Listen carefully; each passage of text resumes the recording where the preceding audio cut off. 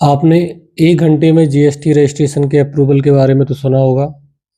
उससे जुड़ी हुई एक अपडेट जीएसटी में आई है।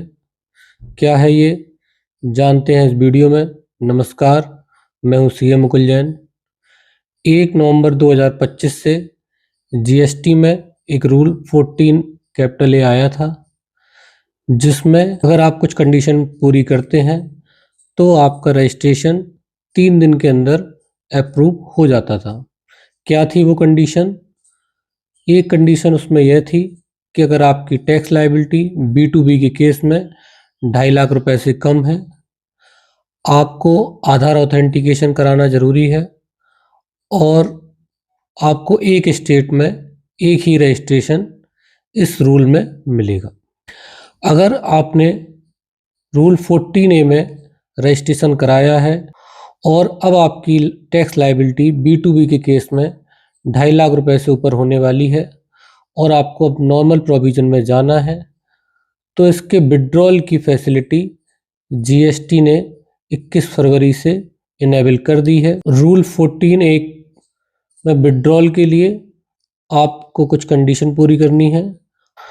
अगर आप विड्रॉल का एप्लीकेशन 1 अप्रैल 2026 से पहले फाइल कर रहे हैं तो आपको मिनिमम 3 टैक्स पीरियड की रिटर्न फाइल करना ज़रूरी है। अगर आपका एप्लीकेशन 1 अप्रैल 26 के बाद का है तो आपको मिनिमम 1 टैक्स पीरियड का रिटर्न फाइल करना ज़रूरी है और इसमें एप्लीकेशन फाइल करने से पहले आपकी सारी पेंडिंग रिटर्न फाइल होना ज़रूरी है। जीएसटी पोर्टल में आप सर्विसेज में रजिस्ट्रेशन में जाएंगे तो वहाँ पर एक फॉर्म REG 32 आपको दिखेगा। यह फॉर्म उन्हीं को इनेबल दिखेगा जिन्होंने रूल 14A में रजिस्ट्रेशन अप्लाई किया था।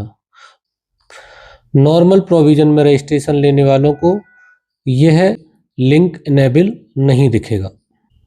एप्लीकेशन फाइल करने के बाद आपको 15 दिन के अंदर आधार ऑथेंटिकेशन या तो OTP या बायोमेट्रिक के थ्रू कराना कंपलसरी है। अगर आपका आधार ऑथेंटिकेशन 15 दिन के अंदर कंप्लीट नहीं होता है तो आपका ARN जनरेट नहीं होगा। आपके एप्लीकेशन का अप्रूवल REG 33 में आएगा और रिजेक्शन REG 05 में आएगा। आपका अप्रूवल आने के बाद आप अपनी B2B की टैक्स लायबिलिटी 2.5 लाख रुपए से ऊपर दिखा सकते हैं।